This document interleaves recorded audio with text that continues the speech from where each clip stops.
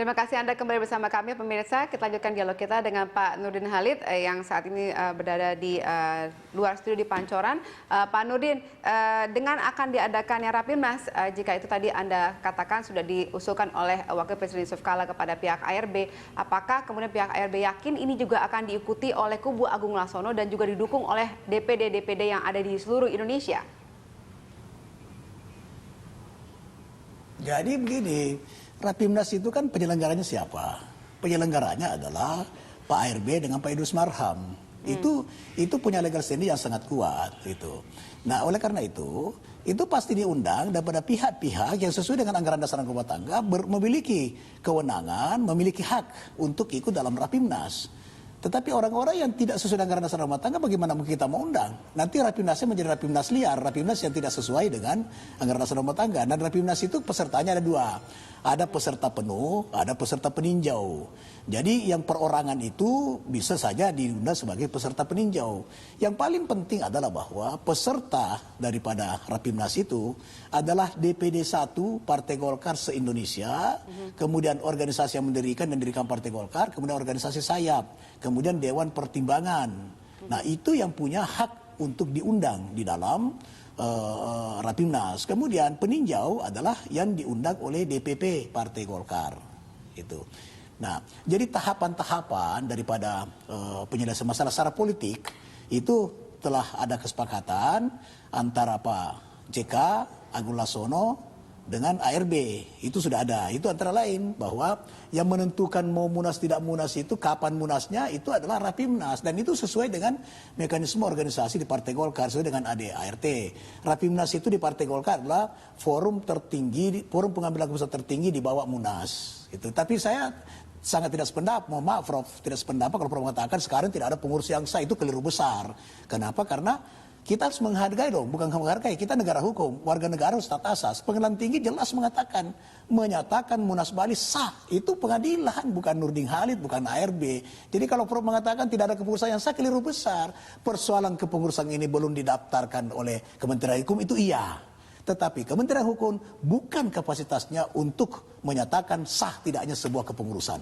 Yang menyatakan sah tidaknya sebuah kepengurusan adalah anggaran dasar, anggaran rumah tangga partai itu sendiri. Nah, kalau ada konflik, tidak selesai politik, hukum. Nah, hukum sudah menyatakan Munas Bali adalah Munas yang sah. Munas Ancol tidak sah. Itu jelas dalam keputusan Pengadilan Tinggi. Oke. Prof, silahkan ditanggapi. Ini kira-kira kalau Rapimnas yang dijelaskan seperti itu, kira-kira menyelesaikan masalah tidak? Iya, saya menduga belum akan menyelesaikan masalah. Sebab begini, ini kan persepsi masing-masing pihak mengenai status, mengenai keabsahan status. Nah, pada umumnya atau sebagian ya, bukan pada umumnya, sebagian pihak menyatakan saat ini tidak ada satupun kepengurusan Golkar yang sah. Otomatis kembali ke hasil Munas tahun 2009. Nah, apa maknanya? Maknanya adalah kalaupun Rapimnas itu dilakukan, atas nama apa atau atas nama siapa, mungkin itu menjadi masalah. Tadi katanya atas nama pihak Abu Rizal Bakri dan kepengurusan yang... Iya, itu dengan asumsi, asumsi bahwa memang kepengurusan Pak Abu Rizal yang sah. Cuma kan ada asumsi lain, ada pandangan lain. Bukan asumsi malah, dinyatakan oleh undang-undang bahwa dalam situasi ini satu-satunya lembaga di dalam Partai Golkar yang bisa dianggap sah itu adalah Mahkamah Partai. Nah, Mahkamah inilah yang bisa mengambil inisiatif. Apakah itu melakukan Munas, apakah melakukan yang namanya Rapimnas, atau apapun. Jadi tidak bisa kemudian pihak-pihak yang statusnya itu memang diperdebatkan, dikonflikkan, dipertikaikan, mengambil inisiatif. Maka konflik itu tidak akan ada selesainya. Oke, jadi Anda melihat tadi, bisa kita dari statementnya Agung Laksono mengatakan bahwa akan diserahkan penyelesaian ke Mahkamah Partai dan iya. Itu yang menurut Anda yang paling tepat dilaksanakan? Saya kira ya. Oke, baik. Pak Nurdin, terakhir sebelum kita tuntaskan perbincangan kita pada hari ini, kira-kira menurut Anda apa harapan Anda terhadap justru terbalik. Yang komentarnya Pak Prof tadi itu justru itu yang asumsi. Komentar saya bukan asumsi, saya berkomentar berdasar hukum Prof. Komentar Prof yang berdasar asumsi. Kalau Prof mengatakan bahwa Munas Bali itu yang sah itu asumsi, itu keliru besar Prof, karena bukan asumsi, itu hukum. Keputusan pengadilan tinggi. Nanti Prof saya kirimkan ke pusatnya di mana alamatnya, saya kirimkan ke pusat pengadilan tinggi supaya Prof bisa baca secara hukum, lihat secara jernih, baru berpendapat bahwa ini asumsi atau hukum. Itu. Nah, yang kedua adalah bahwa kita saja bisa melaksanakan menyelenggarakan mahkamah partai. Mahkamah partai yang mana, Prof saya tanya? Mahkamah partai itu dibentuk oleh DPP. DPP siapa? Ya. DPP Hasibunnas Riau. Yang bentuk siapa? Abu Rizal Bakri dan Idrus Marham. Itu yang mengangkat, bukan siapa-siapa yang mengangkat itu Mahkamah Partai. Okay. Mahkamah Partai telah berakhir tugasnya bersamaan dengan berakhirnya daripada kepengurusan Munas Riau atau diselenggarakannya Munas Bali. Jadi Mahkamah Partai yang mana yang mau menyelesaikan masalah ini? Enggak ada Mahkamah Partai itu lagi, pimpinan mulai itu sudah enggak ada. Ya, jadi menurut Anda Rapimnas ini adalah satunya cara untuk menyelesaikan konflik di Golkar dan dipimpin oleh kubu Abu Rizal Bakri, begitu Pak Nurdin Halid? Boleh tanya Pak JK. Pak JK berpendapat begitu sebagai mediator, sebagai senior. Beliau sendiri yang mengatakan begitu. Bahkan Agung Laksono menyampaikan kepada Pak JK minta munas bersama. Pak JK mengatakan sudah tidak bisa munas bersama karena sudah ada keputusan Mahkamah Agung. Apalagi sudah dicabut oleh Kementerian Hukum, mau bersama bagaimana.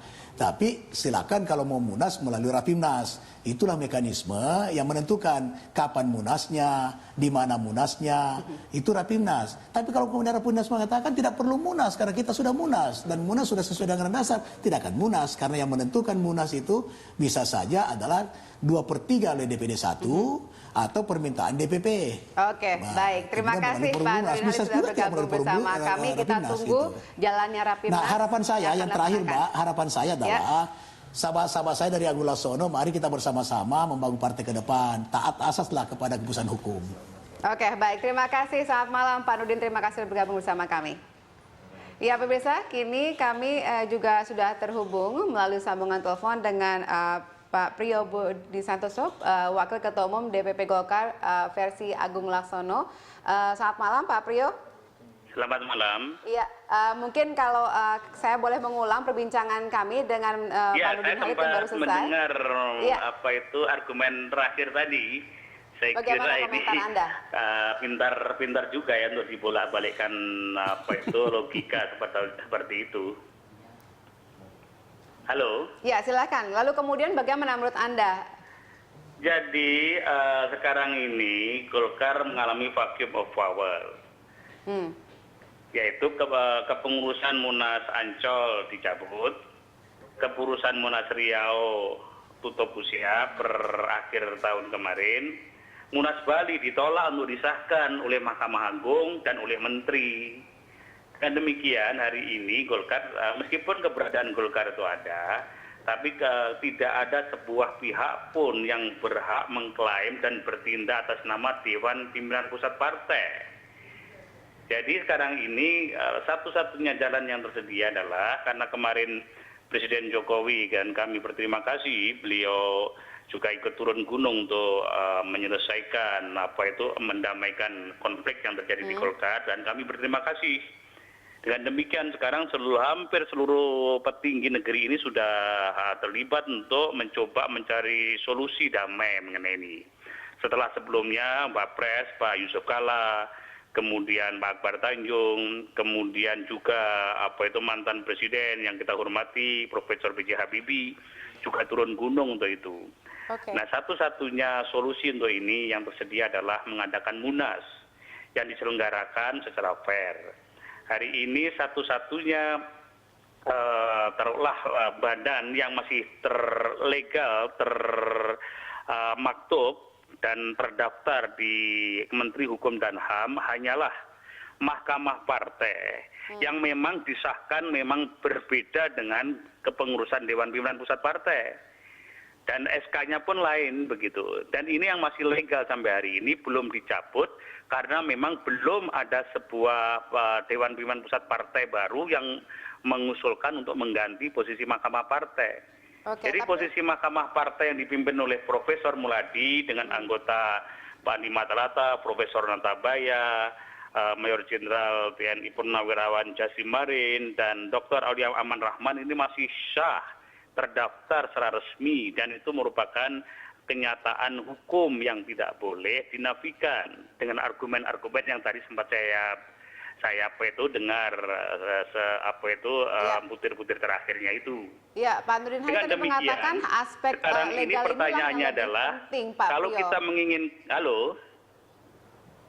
ya, pelan-pelan aja. Iya Pak, tapi Halo. kalau tadi kita lihat dari jawabannya pihak dari Abu Rizal Bakri mengatakan bahwa mahkamah partai yang mana juga gitu, karena mereka mengatakan harusnya bentukan dari DPP partai yang dipimpin oleh Abu Rizal Bakri. Oh tidak, sekarang itu kan DPP yang Munas Bali itu kan juga ditolak pengesahannya oleh Mahkamah Agung Republik Indonesia.